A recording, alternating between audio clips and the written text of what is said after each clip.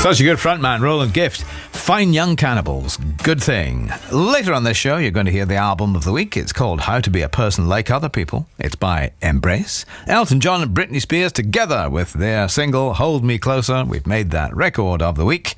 And comedian, actor, author and artist Vic Reeves, or Jim Moyer, he'll be choosing the tracks of his years this week. Plus, there's Popmaster on Radio 2, BBC Sounds app, smart speaker, and 88 to 91 FM.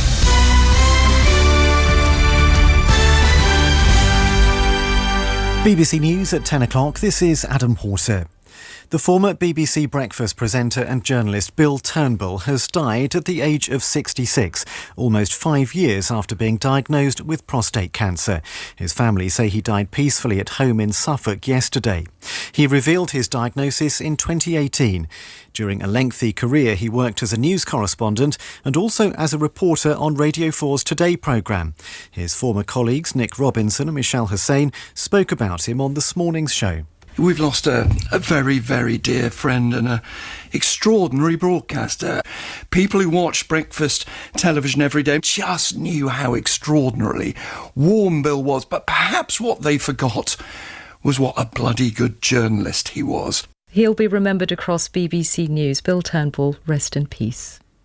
The head of one of the UK's largest energy suppliers has proposed that power firms should be able to borrow from a state-backed fund to help people struggling with their bills. Stephen Fitzpatrick of OVO Energy also called for government measures to be brought forward.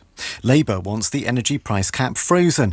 Speaking to Nikki Campbell on 5 Live, the party's leader, Sir Keir Starmer, rejected suggestions that he'd been timid because he'd backed away from nationalising energy companies. I think for the millions of people that won't be able to pay those bills, hearing the Labour Party say we would freeze those bills, we will not let that happen, and we will use money from a windfall tax on oil and gas companies who've made much more money, much more profit than they're expecting, to pay for that, that's a huge relief. I don't accept that that's kicking the can down the road. A United Nations report says that allegations of serious human rights abuses in China's Xinjiang region may constitute crimes against humanity. Inspectors found that reports of torture and sexual abuse against Uyghur Muslims in detention camps were credible.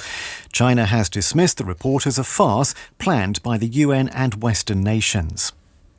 Tennis. Serena Williams says she has absolutely nothing to lose as she delayed her retirement by reaching the 3rd round of the US Open. The 23-time Grand Slam champion, who intends to call it a day after this year's tournament, beat the number 2 seed Anett Kontaveit. The former Wimbledon and US Open winner Virginia Wade says Williams' latest victory is a great story for the sport. It's always a court with great noise and applause.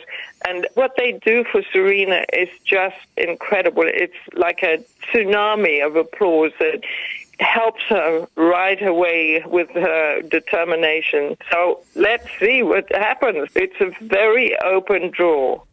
The last surviving member of the 1960s American pop group The Monkees is suing the FBI to try to force it to release all the information it gathered on him and his bandmates. Mickey Dolenz wants to see the full version of a file written by an informant who's said to have detected anti-American messages at one of their concerts. BBC News, it's 3 minutes past 10.